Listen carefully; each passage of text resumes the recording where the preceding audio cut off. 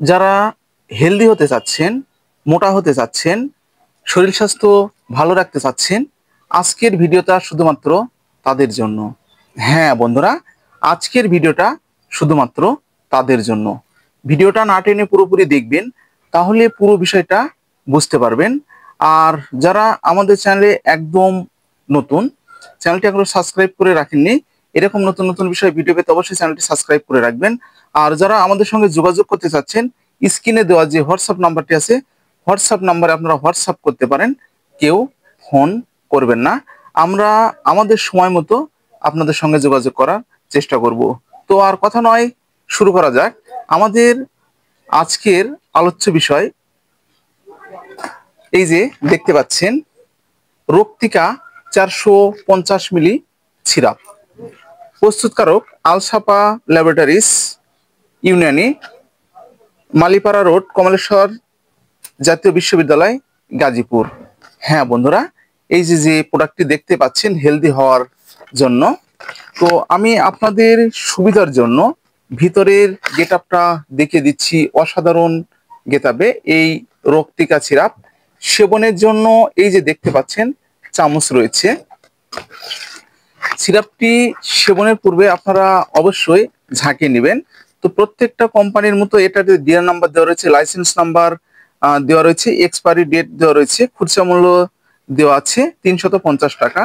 তো এই যে দেখতে পাচ্ছেন আমার হাতে যে সিরাপটি, বন্ধুরা আমরা একটু কার্যকারিতা সম্পর্কে জেনে নিই।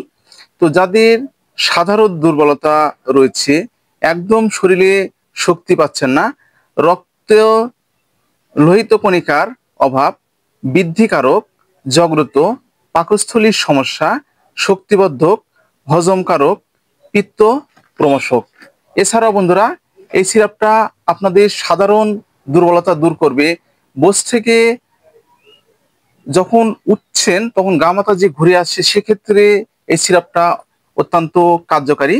এছাড়াও বিভিন্ন ধরনের অপারেশনের পরে আপনারা এই রক্তিকা সিরাপটি ব্যবহার করতে পারবেন।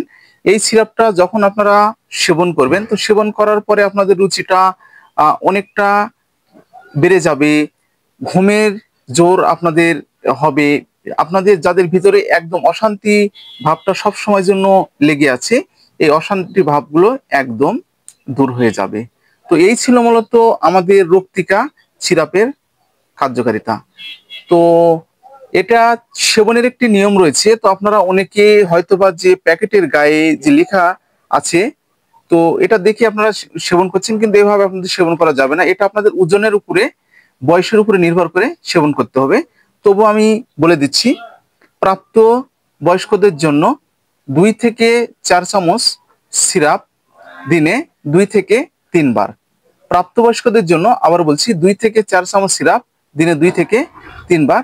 শিশুদের জন্য হাফ থেকে 1 চামচ সিরাপ দিনে 2 থেকে 3 বার, অথবা চিকিৎসকের পরামর্শ অনুযায়ী আপনাদেরকে সেবন করতে হবে।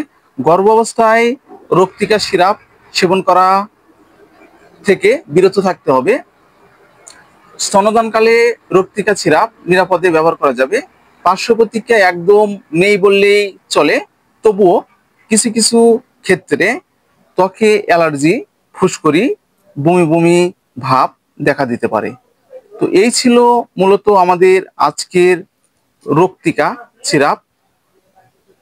ভিডিওটা যদি আপনাদের উপকারে আসে, তাহলে বেশি বেশি করে শেয়ার করবেন, যেন প্রত্যেকটা মানুষের মাঝে পৌঁছে যায়, প্রত্যেকটা মানুষ যেন সতর্ক থাকতে পারে, প্রত্যেকটা মানুষ যেন এই রক্তিকা সিরাপটা সম্পর্কে জানতে পারে। যাদের ভিতরে যে ভুল ধারণাটা আছে, এই ভুল ধারণাগুলো যেন ভেঙে যায়।